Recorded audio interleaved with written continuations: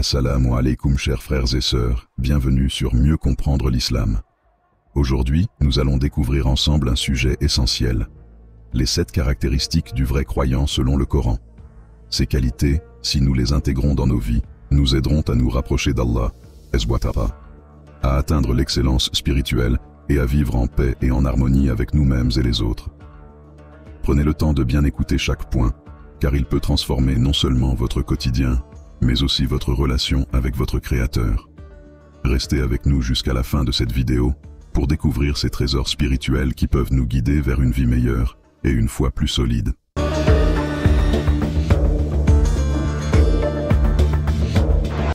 La foi inébranlable en Allah, Iman. Le premier pilier sur lequel repose la vie du croyant est une foi inébranlable en Allah et en ses prophètes. Cette foi, ou Iman, est le fondement de notre existence spirituelle et la base de notre croyance. Allah, Zwatwara, dit dans le Coran, « Les vrais croyants sont ceux dont les cœurs frémissent quand on mentionne Allah, et quand ces versets leur sont récités, cela fait croître leur foi. » Surat Al-Anfal 8.2. Un croyant authentique n'est pas seulement quelqu'un qui dit croire en Allah, c'est une personne dont chaque pensée, parole et action est le reflet de cette foi. Dans les moments de difficulté, il ne se détourne pas de son Créateur, mais, au contraire, se rapproche de lui en cherchant refuge dans sa miséricorde.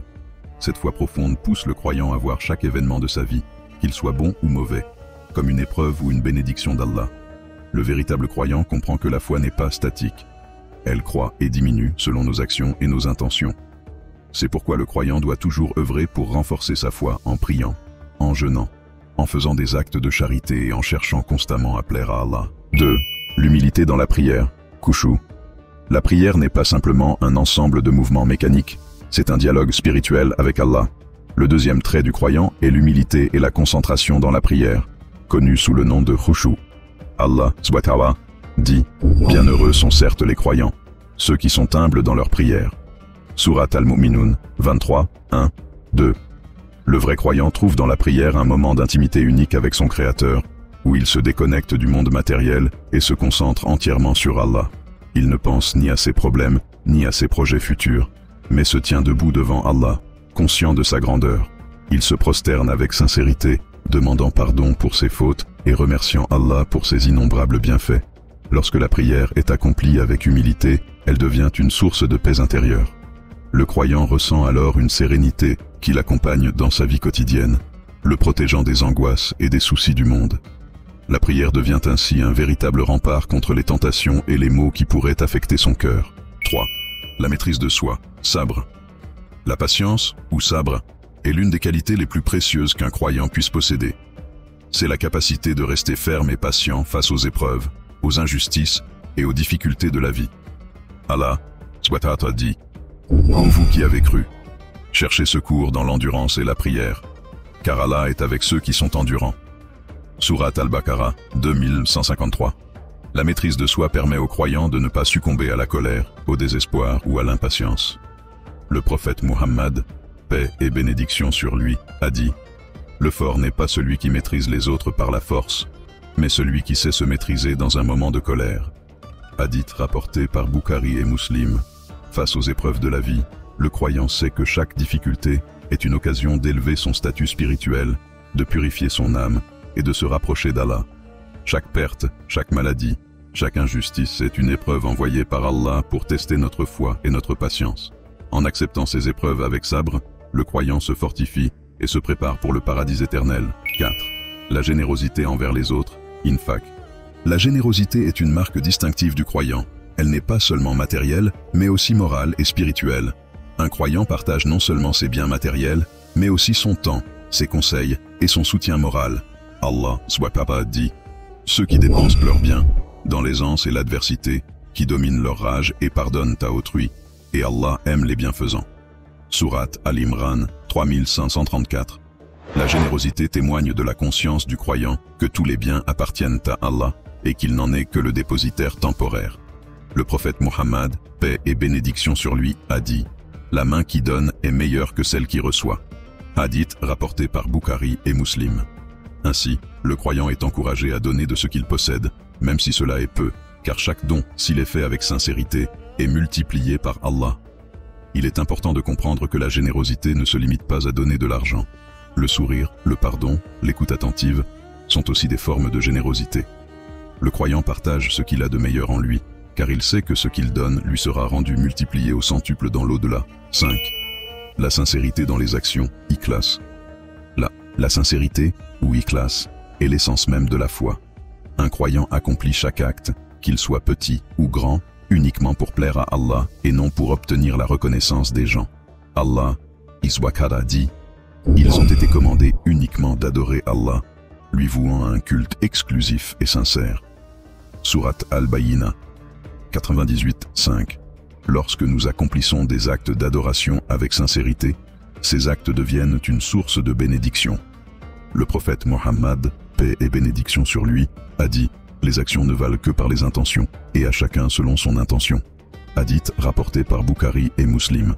Le croyant se demande toujours « Pourquoi fais-je cela? Est-ce pour plaire à Allah ou pour être vu des autres ?» Cette auto-évaluation constante est ce qui purifie le cœur et le rend digne de la récompense d'Allah. Le vrai croyant se détache des préoccupations mondaines. Il ne recherche ni gloire ni éloge. Tout ce qu'il fait, il le fait avec l'espoir de plaire à Allah. Cette sincérité lui permet de vivre dans une paix intérieure et une tranquillité d'âme, car il sait que son Seigneur connaît la pureté de ses intentions. 6. L'évitement de la vanité et de l'orgueil, tawadu. L'humilité est une vertu qui nous préserve de l'orgueil et de la vanité, des défauts que le shaitan utilise pour éloigner les croyants de la voie d'Allah. Allah, Sbatapwa a dit, « Et ne détourne pas ton visage des gens par orgueil et ne foule pas la terre avec arrogance, car Allah n'aime pas le présomptueux plein de glorioles. » Sourate Luqman 31:18. Le croyant authentique reconnaît ses faiblesses et ses imperfections. Il sait que toute excellence, qu'elle soit intellectuelle, matérielle ou spirituelle, vient d'Allah et non de lui-même. Il ne se considère pas supérieur aux autres, mais voit en chacun un potentiel de bien. Le prophète Mohammed, paix et bénédiction sur lui, a dit « Celui qui a dans son cœur le poids d'un atome d'orgueil n'entrera pas au paradis. » Hadith rapporté par Muslim.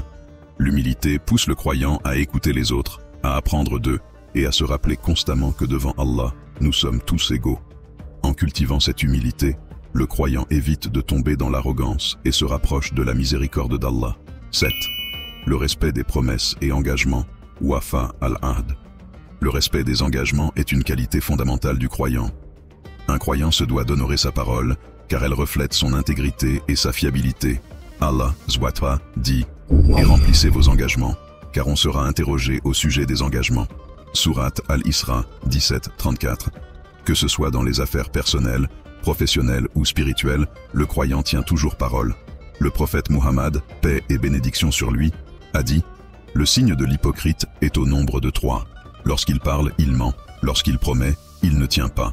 Et lorsqu'on lui fait confiance, il trahit. » Hadith rapporté par Bukhari et Muslim. Le respect des engagements est un signe de piété et de conscience. C'est la marque d'une personne sur laquelle on peut compter, une personne dont les paroles sont cohérentes avec les actes. En respectant ses promesses, le croyant gagne non seulement la confiance des autres, mais aussi la satisfaction d'Allah.